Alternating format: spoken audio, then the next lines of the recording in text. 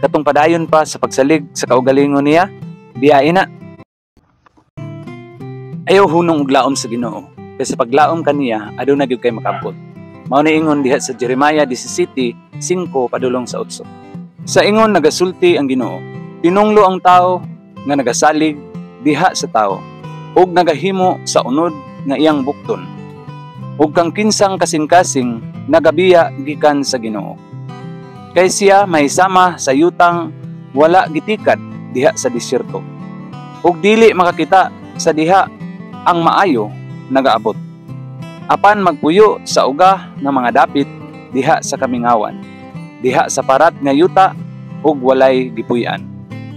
Bulahan ang tao nga nagasalig diha sa Ginoo, ug kang kinsang paglaom mao ang Ginoo. Kay siya mahimo nga ingon sa kahoy nga gitanom duol sa katubigan, ug nga nagakatag sa iyang mga gamot duol sa suba, ug dili makakita sa diha ang kainit nagaabot.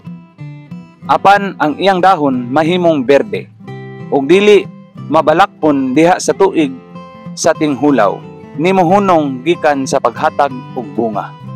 Matud pa sa mga bersikulo, na ang tao nga nagsalig sa iyang isigkatawo ug sa iyang kaugalingon sama sa uma o field o garden nga walay tanom, wala kay mapaabot kay wala may tanom.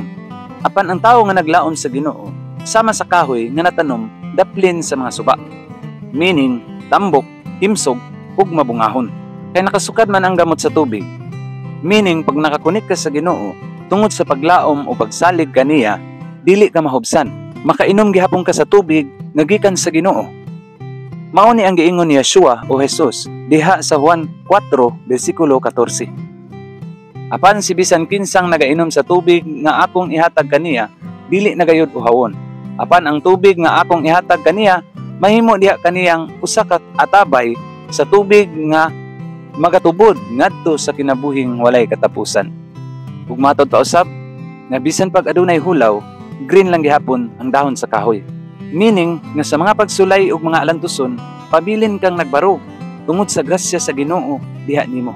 Mausab niya giingon diha sa Isaiah 40:31. Apan sila nga naghulat nganha sa Ginoo, mubag-o pag-usab sa ilang kusog.